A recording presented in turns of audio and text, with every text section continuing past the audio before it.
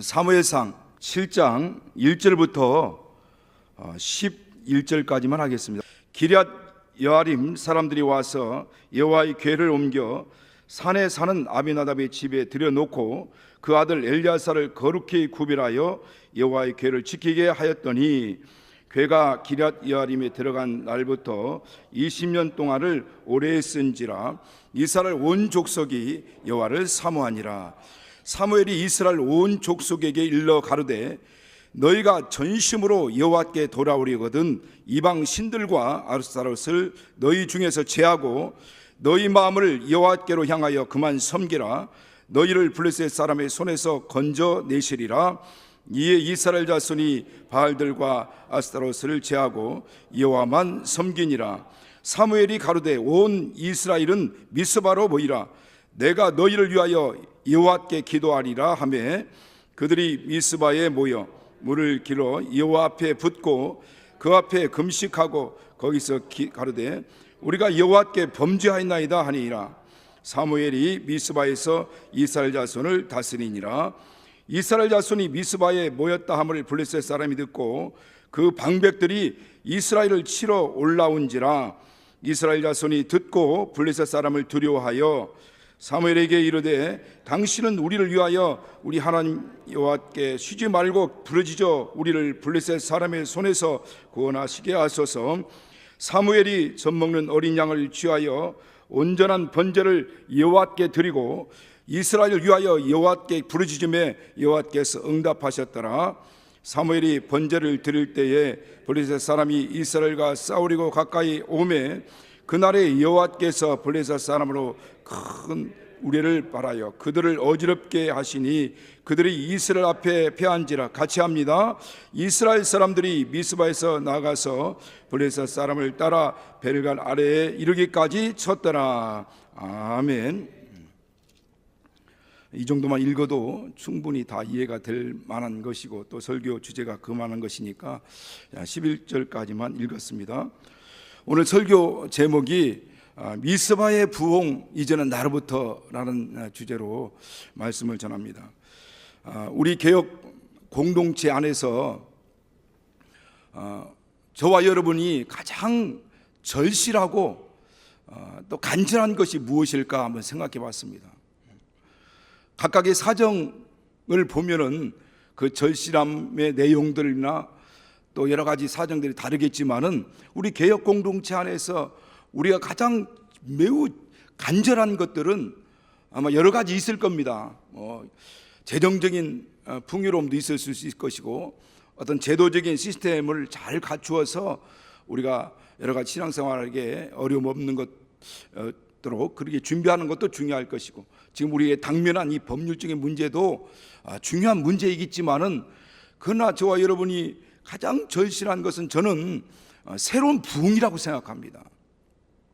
아무리 아까 제가 말씀드렸던 여러 조건들이 다 만족이 되고 다 우리가 다 이루어진다 할지라도 우리가 영적으로 완전히 쇠퇴하고 영적으로 죽어버린다고 한다면 이 모든 것들이 과연 무엇이 그렇게 크게 유익하겠습니까? 오늘 우리에게 진짜 필요한 것은 다시 우리 영혼이 소생하는 것이고 우리 영혼이 살아가는 겁니다. 부흥이라고 하는 것은 뭔가 거창한 것이 아닙니다. 뭔가 엄청난 숫자적인 그런 성장들, 인원수들이 성도들의 수가 더 많이 늘어나는 어떤 그런 것만을 얘기하는 건 아니에요. 부흥, 그 문자적인 의미를 보면은 쇠퇴하였던 것, 침체됐던 것이 다시 일어나고 다시 새로워지는 것을 얘기하는 겁니다. 그러니까 부흥이라고 하는 것은 우리가 생각했던 어떤 숫자적인 성장이나 어떤 이런 건물들이나 환경들이 좋아지는 그런 것만을 의미하는 것은 아니에요. 하나님께서 이 부흥이라는 단어를 사용하는 성경에 사용하는 그 의미에는 바로 이와 같은 것, 쇠퇴하고 쇠락하고 또 이렇게 침체됐던 것들이 다시 세워지고 우리의 모든 것들이 다시 새로워지는 그게 바로 오늘 부흥이라고 하는 겁니다. 그래서 말씀 앞에서 우리가 우리의 심령이 다시 침체되고 가라앉았던 것들이 세워지고 또 살아나고 그리고 말씀 앞에서 우리의 마음과 우리의 심령과 우리의 신앙이 새로워지는 것, 이게 바로 부흥이라는 거죠.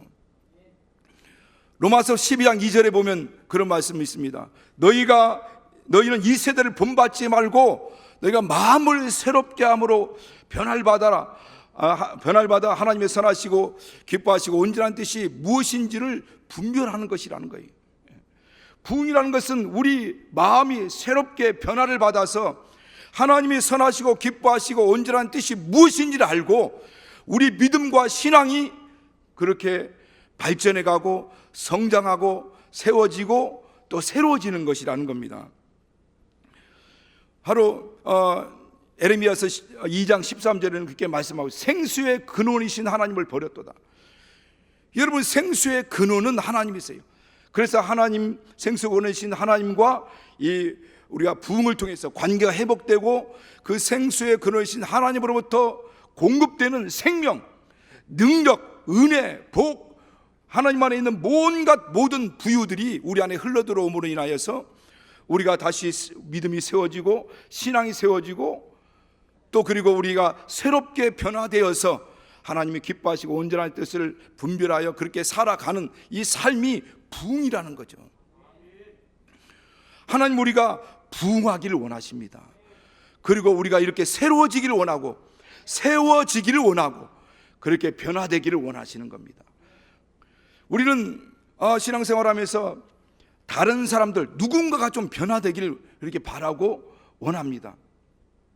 그래서 남편들은 아내가 좀 변하고 새로워지기를 원하고 그렇게 변화됐으면 좋겠다라고 생각을 합니다.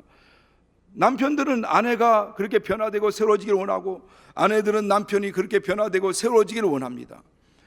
그런가 하면 목장 안에서는 저 집사님이 좀 변화되고 저 집사님이 좀 새로워졌으면 좋겠다.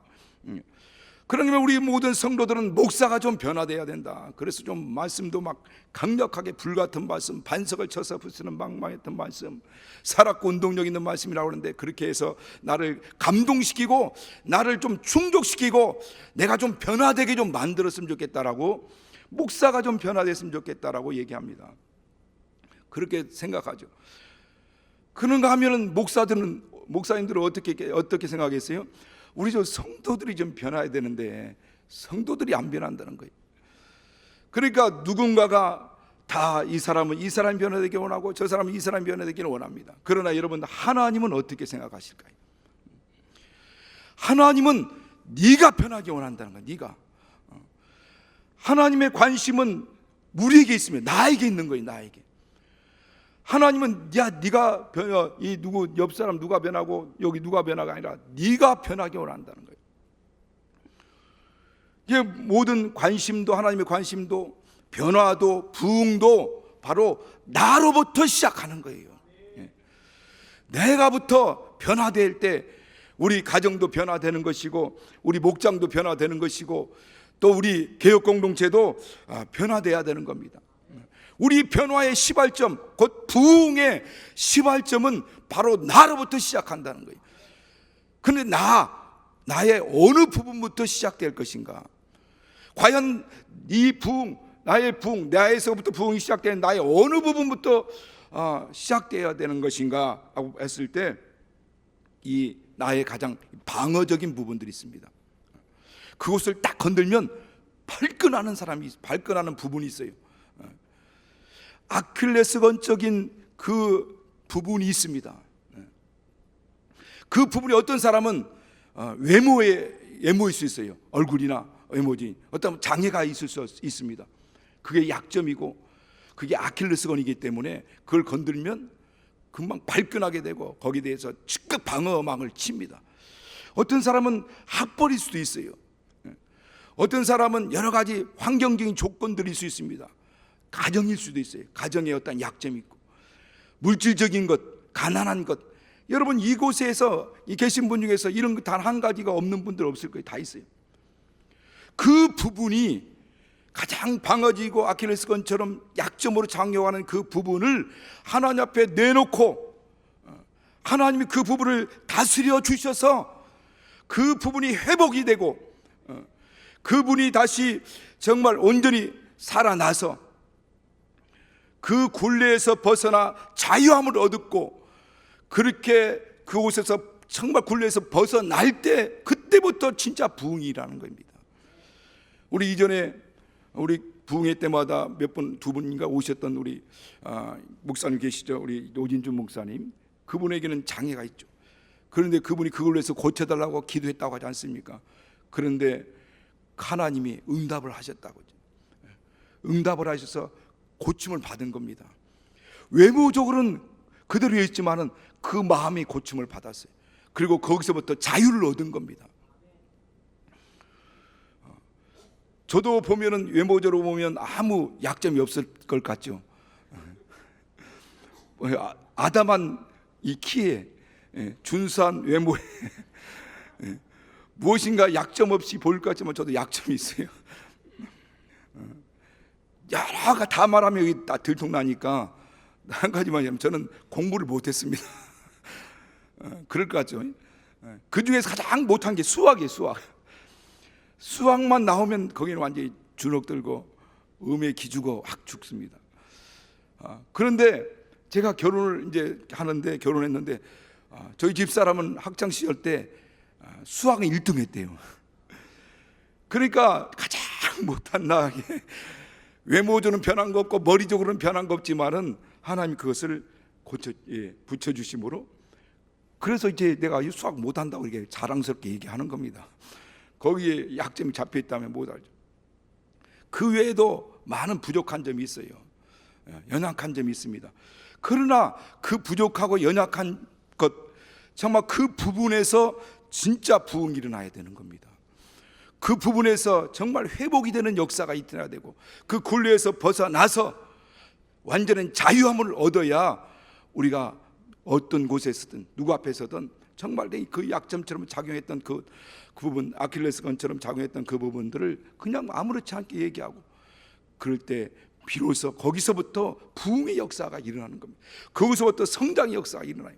그렇지 않으면 잘 뭔가 성장하고 발전을 나가고 막 믿음이 막 더 진취월장하려고 하다가도 거기에 누가 의도한 건 아닌데, 말로나 어떤 상황으로 그것이 딱 건드리게 되면 거기서 확 넘어지고, 마귀는 그것을 또 올무를 잡고 딱 넘어지게 만드는 거죠. 여러분, 교회사적으로 볼 때, 교회사적으로 볼 때 하나님의 강력하게 임재하고 강력한 부흥이 일어날 그 시대의 상황들을 보면요, 다 가장 어두운 밤이었다는 겁니다. 그 시대적인 상황들을 보면 다 공통점이 있어요. 여러분, 전 세계적인 부흥의 역사를 보면은 많은 부흥들이 있었지만은 대표적인 세 가지를 얘기한다면, 1904년도 영국의 웨일즈 부흥이 있었습니다. 그 웨일즈 부흥이 일어날 그 시대적 상황을 보면, 산업혁명 이후에 물질주의가 팽배해져 가지고 돈이면 다다라고 해가지고 그런 사상들이, 그런 생각들이 다 사람들을 다 잠식을 했습니다. 그러다 보니까 도덕적으로 타락하게 되죠. 술집은 부흥하는데 교회는 텅텅 비어갑니다. 영적인 고갈 상태입니다. 그때 석탄 캐는 광부였던 이반 로버츠라는 사람이, 그가 그런 상황들을 보면서 끊임없이 하나님 앞에 기도했어요. 하나님, 이 웨일즈가 하나님 앞에 완전히 무너지게 해달라고, 완전히 무릎 꿇게 해달라고 13년을 기도했대요. 그 노동자들의 간절한 소원들, 그는 갈급한 마음들이 모아져서 기도가 되고, 그리고 그것이 부흥의 불씨가 돼가지고 웨일즈 대부흥이 일어난 겁니다. 그런가 하면 우리가 큰 부흥 가운데 하나가 1906년도에 있었던 그 미국 LA 아주사 거리의 대부흥이 있죠. 여러분, 그때 당시 미국의 사회는 막 계급의 갈등과 또 여기 어떻게 보면 종교적인 것, 아니 또 이게 인종적인 그런 차별들이 엄청났다고 합니다. 그렇게 나라가 힘들고 어려운 어둠의 상황 가운데서 영적으로는 그래도 그 가운데서 영적을 체험하기 위한, 영적 체험을 하기 위한 어떤 갈급함의 마음들이 막 일어났다는 거예요. 그래서 그 아주사 거리에 있던 윌리엄 시무어라는 사람, 흑인인데, 그분이 정말 이곳에 하나님 부흥을 달라고 기도하는 가운데, 그리고 성령이 임재하고 영적 체험이 일어나게 해달라고 기도할 때 하나님이 강력하게 그때 역사하셔가지고 오순절 마가다락방에 있었던 막 대부흥이 막 일어난 겁니다. 성령 임하고 방언이 막 터지고 그 막 주변에 그 성령의 그런 불길이 들불처럼 막 일어나서 확산돼 가면서 오늘날 이 오순절 운동, 특히 오순절 교회의 시발점이 된 거죠. 그런 게 하면 우리나라 1907년도에 있었던 평양 대부흥이 있었습니다. 그 당시 1907년도 때 평양 대부흥이 있기 이전에 어떤 역사적인 사건들이 있었냐면 을사늑약이라고 하는 조약이 일본과 맺어졌어요. 그것은 외교권을 박탈하는 겁니다. 외교권을 박탈하고 통감부를 설치해서 이제부터는 우리가 다스리겠다. 나라 국군이 완전히 침탈당한 거죠. 많은 이 우리나라 사람들이 그런 가운데 완전히 정말 그 슬픔과 완전히 마음들이 다 녹아지고 완전히 깔아지게 된 거죠. 더 의욕이 상실되고 더 이상 어떤 이런 소망이 완전히 무너져 버린 겁니다. 그때 평양 이 장대인 교회를 중심으로 해가지고 부흥이 막 일어나기 시작했는데 그 사경회에서 그 정말 한 사람의 회개 기도가 시발점이 돼가지고 길손 장로 아시죠? 그래서 그 부흥이 불길이 막 들번치로 일어나가지고 전국적으로 막 확산된 겁니다. 그런 상황들을 다 보면은 이렇게 부흥의 역사가 일어날 때 보면 가장 어두운 시대였다는, 가장 인간의 한계가 다다라 있었고 그 한계 가운데서 인간의 무력함을 깨닫고 나는 아무것도 할 수 없다라고 하나님 앞에 자기의 무능함을 아뢰고 자기 하나님 앞에 내려놓았을 때, 그리고 하나님만이 할 수 있습니다, 하나님이 아니면 안 됩니다라고 하는 그들의 절박한 부르짖음과 고백 가운데서 하나님께서 강력한 성령의 역사로 인하여 그들의 심령들이 막 회복되는 이와 같은 놀라운 역사들이 일어난 겁니다. 그렇게 절박한 상황들, 인간의 힘으로서는 어찌할 수 없는 그 상황들을 하나님이 개입하시기 시작하고, 하나님이 개입하시므로 말미암아 하나님 그 모든 사건들을 다루고, 그리고 다시 심령이 회복이 되고, 또 그렇게 마음이 세워지고 침체되고 완전히 무너졌던 마음들이 세워지면서 다시 그들의 심령의 부흥이 일어나게 된 겁니다. 그래서 역대하 4장 7장 14절에 보면 그렇게 말씀하셨어요. 내 이름을 일컫는 자, 내 이름으로 일컫는 내 백성이 그 악한 길에서 떠나 스스로 겸비하여 기도하여 얼굴을 구하면 내가 하늘에서 듣고 그 죄를 사하고 그 땅을 고칠지라, 이렇게 말씀. 내 이름을 일컫는 내 백성이 그 악한 길에서 떠나 스스로 겸비하고 저희가 기도하여 간구하면은 하늘에서 하나님 들으시고 그 모든 죄를 사하고 그 땅을 고치겠다는 겁니다. 하나님이 그렇게 회개 역사가 터지는 곳, 하나님 앞에 무릎 꿇고 자복하는 역사가 터지는 곳마다 그 심령이 완전히 정말 굳어진 심령들이 부드러워지고 그 심령에서 부흥이 일어나고 그 땅들이 회복되는 역사가 있죠. 아담의 범죄함으로 인하여 땅이 저주를 받고 가시 엉겅기를 내기 시작했다고 했는데, 지난번에 과테말라 알모롱 도시의 부흥의 사건에 대해서 제가 말씀드린 기억이 나는데, 그들이 회개하고 죽음의 신 마시몽 그 우상에서 탈피하고 회개하여 하나님 앞에 나왔을 때 그 도시가 완전히 변화되기 시작하면서 그 수많은 그 인구들이 다 예수 믿는, 거의 94%가 예수 믿는다고 하니까 교회 도시라고 합니다. 그런데 그 중요한 회개의 심령으로 심령이 부흥됐을 뿐만 아니라 땅이 변화돼 가지고 농작물을 심으면 그 농작물들이 2배로 막 커졌다는 거예요. 그것을 영상으로도 직접 보여주기도 합니다.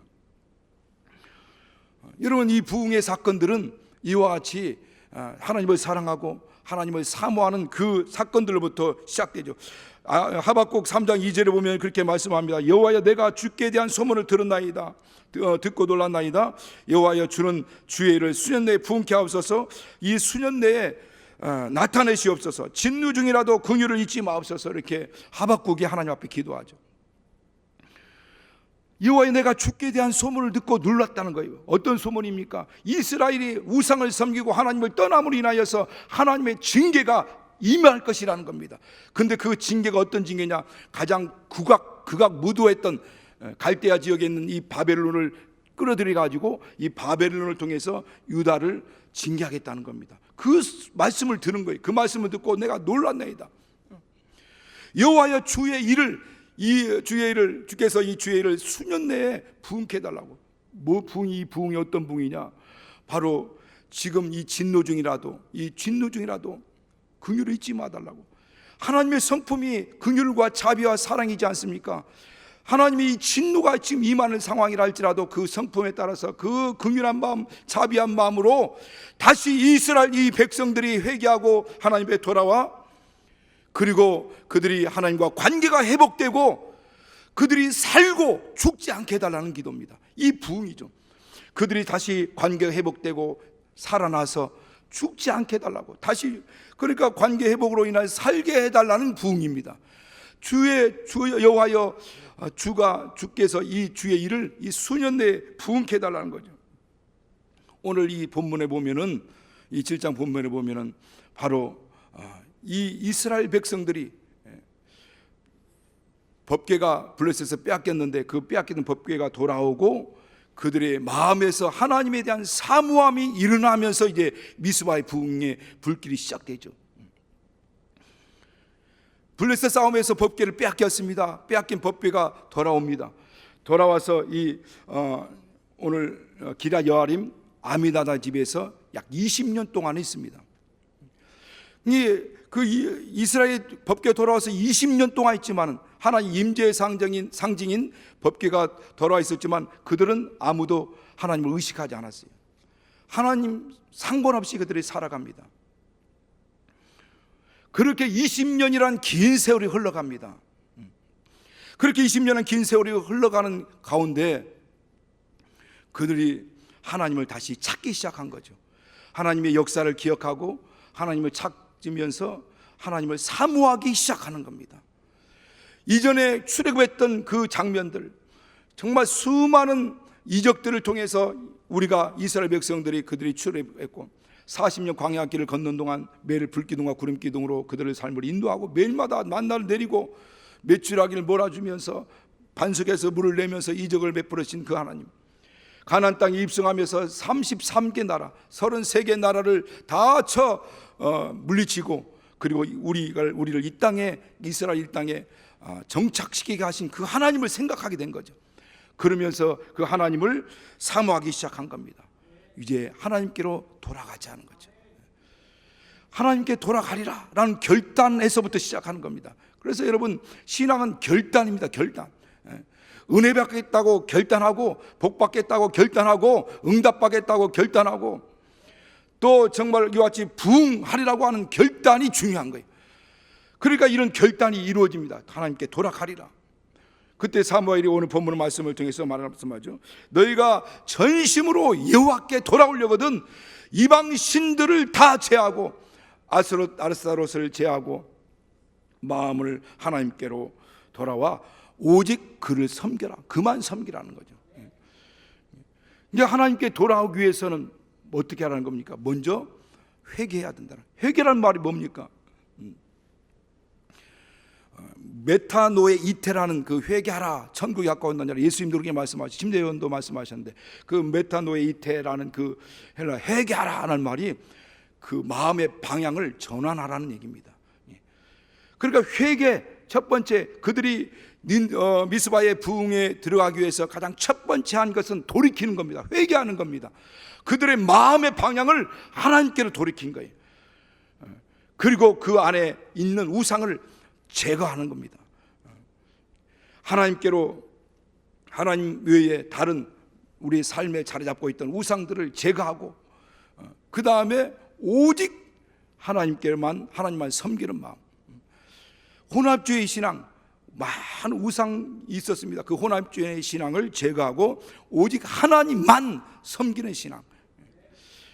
여러분, 그 당시 우리 설교 통해서 많이 들었기 때문에 알고 있듯이 그 당시 많은 사람들이, 그 이스라엘 사람들이 하나님도 섬기고 바알도 섬기고 하나님도 섬기고 아스타롯도 섬기고 이런 혼합주의 신앙이었습니다. 그래서 하나님이 주실 수 있는 건 하나님 주시면 좋고, 하나님 못 주는 거 있다고 한다면 바알이 주고 아스타롯이 줄 것이라고 생각해서 혼합주의 신앙이 있어요. 혼합주의 신앙 가진 겁니다. 하나님이 가장 그걸 싫어하신 거죠. 하나님 가장 그걸 미워하신 겁니다. 그래서 오늘날도 우리 그런 마음들 있죠. 하나님도 섬기고 세상 즐거움도, 세상 쾌락도, 세상 물질, 영광, 여러 가지 많은 것들도 같이 움켜쥐고 있어요. 그런데 하나님은 그 모든 걸 내려놓고 하나님으로 시작하기 원합니다. 하나님만으로 시작하기 원하는 거죠. 오늘 이스라엘 백성들이 그 이야기를 듣고, 사무엘의 이야기를 듣고 그 말씀을 듣고 그들이 순종했어요. 그리고 4절에 그렇게 말씀하지 않습니까? 이스라엘 자손들이 바알과 아스타를 제거하고 여호와만 섬기니라. 그들이 삶에서 그들의 모든 바알들과 아스타라 우상들을 다 제거하고 하나님만을 섬기게 시작한 겁니다. 그렇게 이 부흥의 시작은 삶의 변화로부터 시작하는 거죠. 우리가 우상이라고 하는 것, 우리 진짜 우리 요즘의 우상, 마음의 우상이라고 하는 것은 하나님보다 높아진 것을 얘기하는 거죠. 여러분 안에 하나님보다 높아진 것이 무엇인가? 하나님보다 앞서 있는 것이 무엇인가? 하나님보다 먼저 붙드는 것이 무엇인가?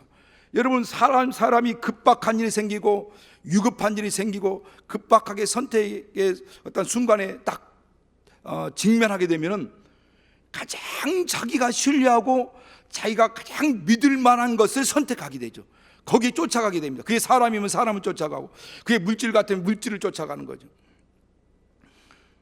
그러니까 하나님은 믿는다고 하지만은 가장 급박하고 절체절명의 위기의 순간이 왔을 때 하나님을 제껴놓고 자기가 신뢰만한 것을 도움을 찾아간다고 하는 것 자체는 하나님 믿지만은 하나님이 내 삶을 변화시킬 수 있는, 나를 도와줄 수 있는 능력이 돈보다는, 이 사람보다는 안 된다라고 하고 그 하나님을 그렇게 신뢰하지 못하는 거죠. 열왕기하 1장 2절부터 쭉 보면 아시아 왕이 병들어 죽게 되었습니다. 그때 사자를 에그론 신에게 보내요. 에그론 신 바알세붑에게 보냅니다. 그러면서 에그론 신 바알세붑에게 가서 내 병이 낫겠나 물어보라는 거예요. 그 장면을 하나님 보셨어요. 아시아 왕이 그러한 장면들을, 그래서 엘리야 선지자를 보내가지고 그 물으로 가고 있는 그 사자에게 나타나서 그에게 말합니다. 그 신하에게 나타나가지고 이스라엘에 너희가 물을 하나님이 없어서 에그론 신 바알세붑에게 물으러 가느냐? 내가 올라갔던 그 침상에서 내려오지 못할 것이다. 왜 그가 에그론 신 바알세붑을 쫓아갑니까? 하나님이 있는데, 하나님보다는 이게 더 능력이 있다고 생각하기 때문입니다. 이거 없으면 나 망해, 이거 없으면 나 끝이야. 그러나 여러분, 물질이 없어서 망하는 것도 아니고 사람이 없어서 망하는 것이 아니라 하나님과 관계가 끊어지면 그때가 절망인 겁니다. 비록 살았다는 마음을 육체는 가졌지만은 그러나 그 영혼은 이미 죽어가는 겁니다. 그래서 먼저 우리 하나님 앞에 나오는 거예요. 잠언 3장 5절에 보면 너희는 마음을 다하여 여호와를 신뢰하고 내 명철을 의지하지 말라는 거예요. 우리가 먼저 의지할 것은 바로 하나님이시라는 겁니다.